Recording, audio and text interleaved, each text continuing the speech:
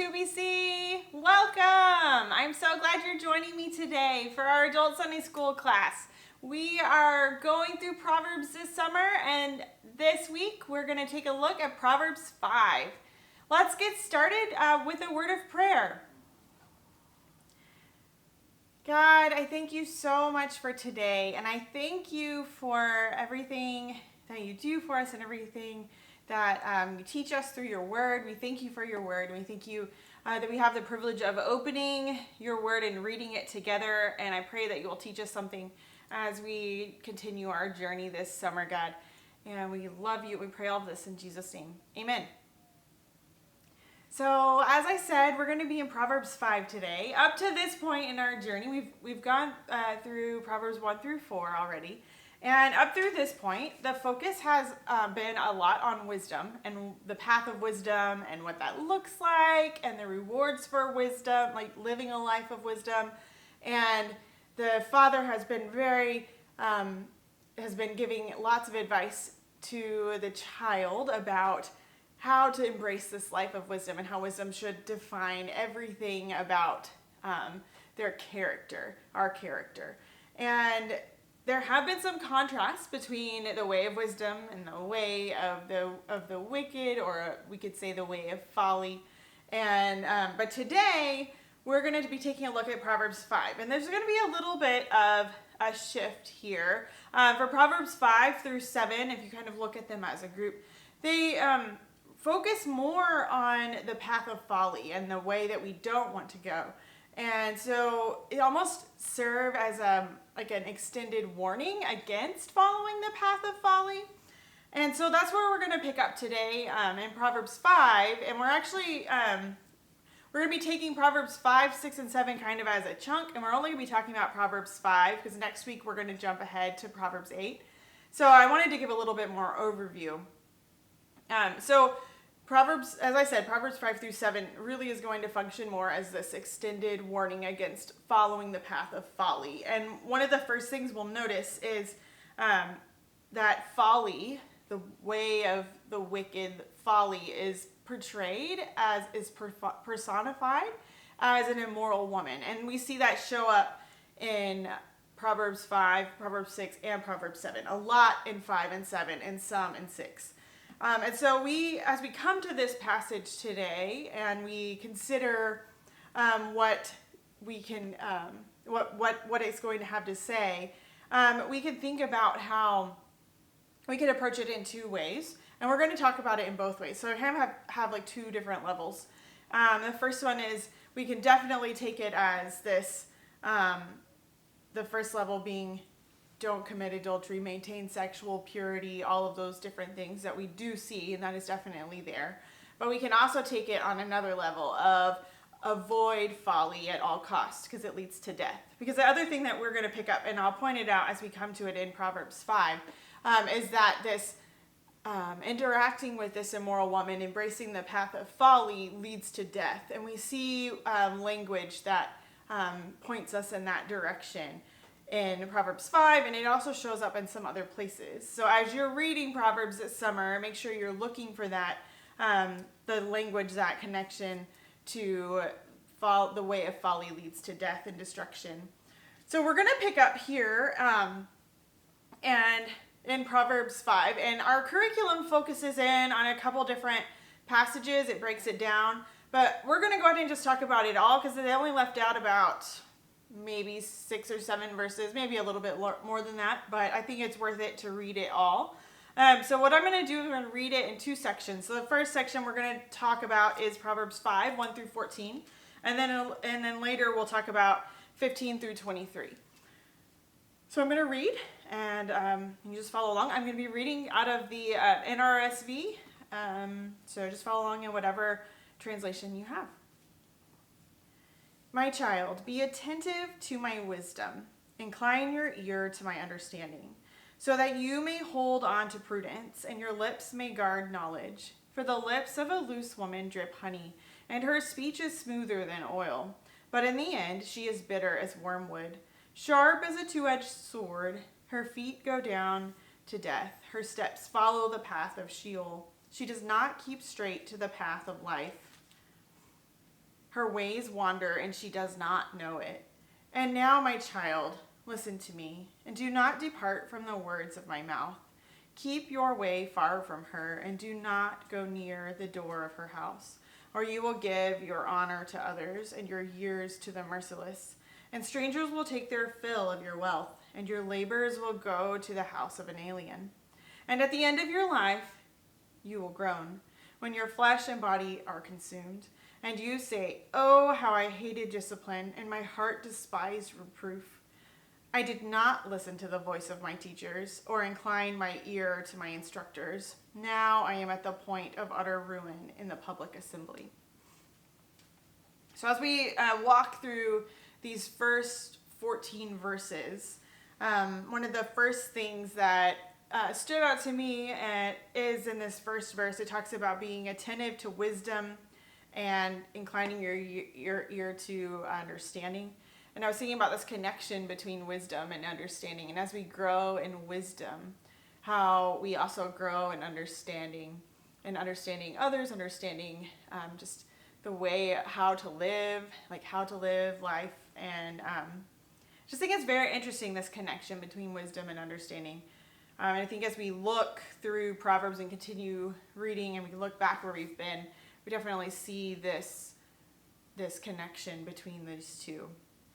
And so we see that's how the Father starts off with, be attentive to my wisdom, be listening to my understanding, be aware of these things. And we get this sense of the Father communicating to the child again, and it's just this urgent, hey, listen. And it keeps going and talks about how to hold on to prudence, and that your lips may guard knowledge. And I think it's interesting. So if we keep going and we look at verse 2, we see this lips guarding knowledge, that we should be discerning, and our lips should guard knowledge. And then we get this flip side, because in verse 3 is where we have this, we start hearing about this immoral woman. In the NRSV, it's called a loose woman. But it talks about how she has lips that drip with honey, and that her speech is smoother than oil, but it's bitter. In the end, she's bitter and sharp as a two-edged sword. And I think it's really interesting, this contrast between lips that guard knowledge, and then the lips of the immoral woman who is just dripping with honey and just sounding really good. It's really smooth. It sounds good. It sounds sweet. But in the end, it's bitterness and destruction with this two-edged sword. And I just think that contrast is so poignant between the way of wisdom and embracing wisdom, and versus being tempted to follow the way of the wicked, the path of the immoral woman, and be embracing there. I think it's a very interesting contrast. And we see as we keep going in verse 5, where we start to get this death language. Her feet go down to death. Her steps follow to the path of Sheol. She doesn't keep straight to the path of life. And she just wanders and just doesn't really even know where she's going. And I think that's just so poignant and so interesting, this connection between this woman and death. And that will show up other places.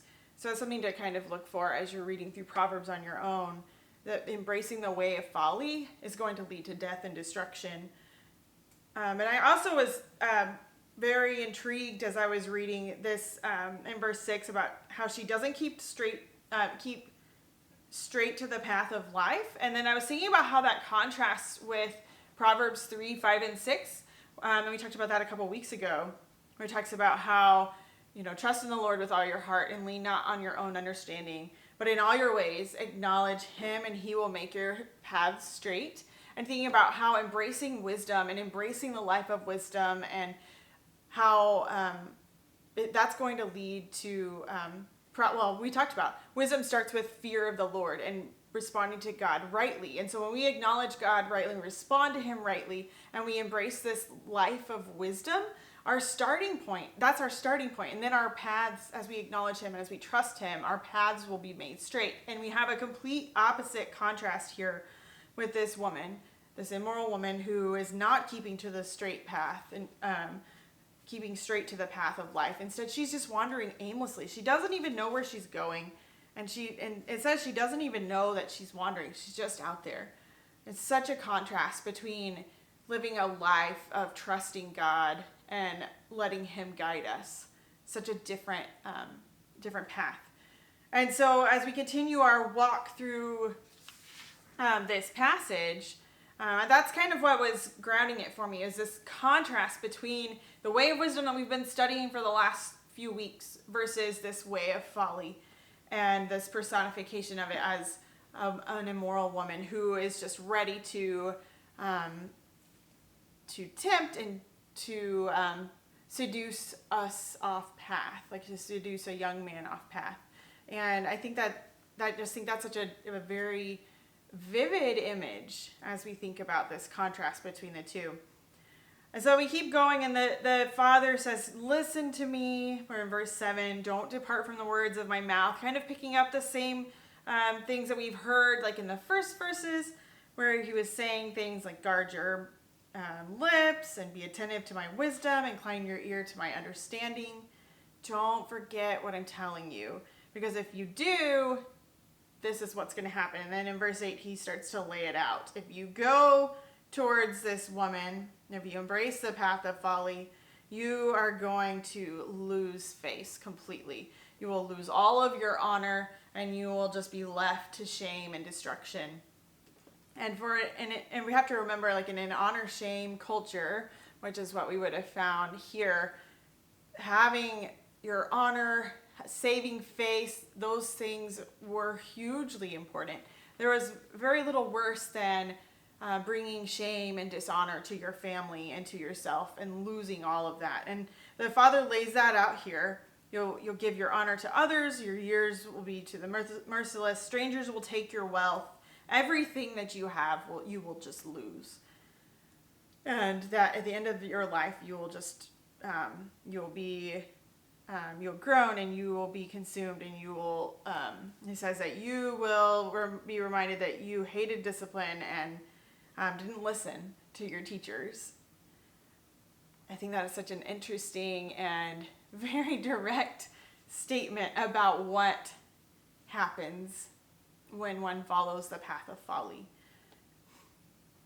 And this idea of losing all honor, losing all of oneself in that. Which brings us to verse 15. And so I'm going to go to read 15 through 23, and then we're going to talk through a little bit about that and see what Proverbs has to say to us. Drink water from your own cistern, flowing water from your own well. Should your springs be scattered abroad, streams of water in the streets? Let them be for yourself alone, and not for sharing with strangers. Let your fountain be blessed, and rejoice in the wife of your youth. A lovely deer, a graceful doe, may her breast satisfy you at all times. May you be intoxicated always by her love. Why should you be intoxicated, my son, by another woman, and embrace the bosom of an adulteress? For human ways are under the eyes of the Lord, and he examines all their paths. The iniquities of the wicked ensnare them, and they are caught in the toils of their sin. They die for lack of discipline, and because of their great folly, they are lost. And as we started off, and we talked about how, when we started today, we talked about how there's two levels we can talk about this passage. And we have on the one level, we can talk about the way of folly leads to death. And we've talked about that some. And then we have the other level where we can talk about how adultery is wrong, and embracing that leads to death. And so that's what we're going to kind of zero in on here. We live in a world that is dominated by sex and messages about sex. It comes from everywhere. And that you can barely turn on the television or get on Facebook or wherever you get your news. I would say newspaper, but a lot of people read their news online. You could barely get on any of those things where we would get information without having some sort of a message about sex. Being inundated with that. Our world is just filled with it, especially here in America. In so many ways, our society is just sex crazed. And I think if we're not careful, it can be really easy for those messages of the world that are not the right view of sex. They're not God's view of sex. They can easily creep into even our way of thinking, even in tiny, small ways. But so one of the things that has been standing out to me as I've been reading and reflecting on this passage this week is how this passage really reiterates the beauty and just the beauty of what God's intention and design was for humans, and how that's something to be celebrated and something to not hide from or stray away from, but it's something to be celebrated. Because this contrast, we've been reading through here, and we have this contrast even inside chapter 5, where we have this immoral woman who's leading the child to this path, to the son, to the path of death and destruction, and losing all honor and losing everything. And so that relationship just ends in utter ruin. But we have this picture here of this beautiful marriage relationship that is life-giving. And a God-honoring marriage relationship is going to bring life. Just like they talk about here about cisterns of water, and we think about how we need water to survive, and it's life-giving. Water gives us, we can't survive without it.